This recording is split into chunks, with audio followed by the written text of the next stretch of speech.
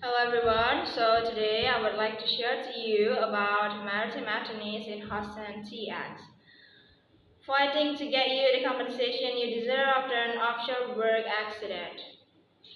Seamen and offshore workers are at risk every day of suffering a serious injury at work. There are many dangers present while working on offshore vessels such as fires and explosions, gas leaks, heavy objects falling, and extreme weather conditions. Maritime law serves to protect workers at sea and ensure that in the event of an injury, they are afforded sufficient compensation, including maintenance and cure. Understanding maritime law can often be complex. Many workers are unsure which type of maritime law applies to their injury claim. We have seen many workers accept compensation from their employers that did not adequately cover their injury costs and which they were not able to change at a later date. As such, it is extremely important that you speak with an experienced maritime law as soon as possible if you have been injured offshore. At Brown Watkins, we have a team of maritime attorneys that can help you at every stage of your case. We know how difficult and stressful it can be to be injured at work and have to worry about paying for all of your costs. Because of this, we want to help you file a claim under the right maritime law to get you compensated for your injuries and ensure that your rights are protected. Hudson, Gulfson, and Gulf Coast Texas Admiralty and Maritime Lawyer. Maritime law, sometimes called admiralty law, is a set of laws that applies to maritime workers, employers, and people injured. Generally, the law governs all maritime accidents and events that occur on the high seas, such as oil platform accidents, dredge accidents, and cargo ship accidents. The high seas refers to water beyond the territorial waters of a country or state. Maritime law also applies to territorial waters that is within 12 miles of the shore. Maritime law functions as one of the oldest sets of laws in the country, and as such, it experienced constant change. Traditionally, maritime law only applied to accidents and events that occur on the high seas, such as However, it now applies to all navigable waters in the United States.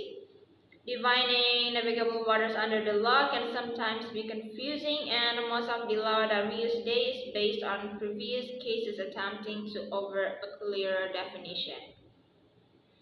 Currently, navigable water is defined as water that can act as a continued highway over which commerce or may be carried on with other states or foreign countries. So, if a body of water enables trade or commerce with another state or foreign country, it is governed by maritime law. Bodies of water that are part of greater navigable waters will also be governed by maritime law even if they do not directly connect to another state or country. As such, a body of water that is close to a biologist piece of land or landlocked will be governed by state law rather than federal maritime law. Where are maritime cases heard in Houston, Texas? Texas maritime law is based entirely on federal law as provided by Article 3, Section 2 of the United States Constitution. As such, the federal courts have jurisdiction over all cases involving personal injury and damage to property on navigable water.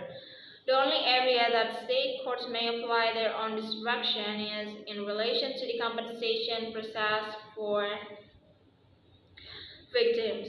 Although federal law governs all maritime injuries, injured workers and seamen may be entitled to bring maritime claims in state and federal courts in Houston. Injured maritime workers can bring a personal injury claim under the Jones Act in Texas state courts, and offshore oil rig workers can also bring a federal law case to a state court. The crossover between state and federal maritime law can be confusing, and often workers are unsure whether they can bring a claim to a Texas state court. One of the maritime lawyers from our law firm can offer you advice on your injury case and help you bring your case to a state or federal court. Important maritime law acts in Texas. Maritime injury cases and property damage cases are dealt with using a series of acts and general maritime law principles that have been built up over many years. Legal principles governing the rights, compensation, and medical expenses for an offshore injury and jurisdiction for claims are set out in this Act. Longshore and Harbor Workers' Compensation Act. The Longshore and Harbor Workers' Compensation Act, LHWCA, serves to compensate many different types of maritime employees. Some examples of workers that can claim under this act include harbor construction workers, longshore workers, dock workers, cargo workers, ship repairs, and the last one is shipbuilders. In order to make a compensation claim under this act for a maritime injury, the workers must demonstrate that they are a maritime worker and that their injury occurred on navigable waters or adjacent to such waters, including docks, piers, and etc. The Outer Continental Shelf Lands Act is an extension of the LHWCA. Workers who are injured on the Outer Continental Shelf of the United States are entitled to make an injury claim under this act. They must show that their work was in relation to exploring and producing natural resources.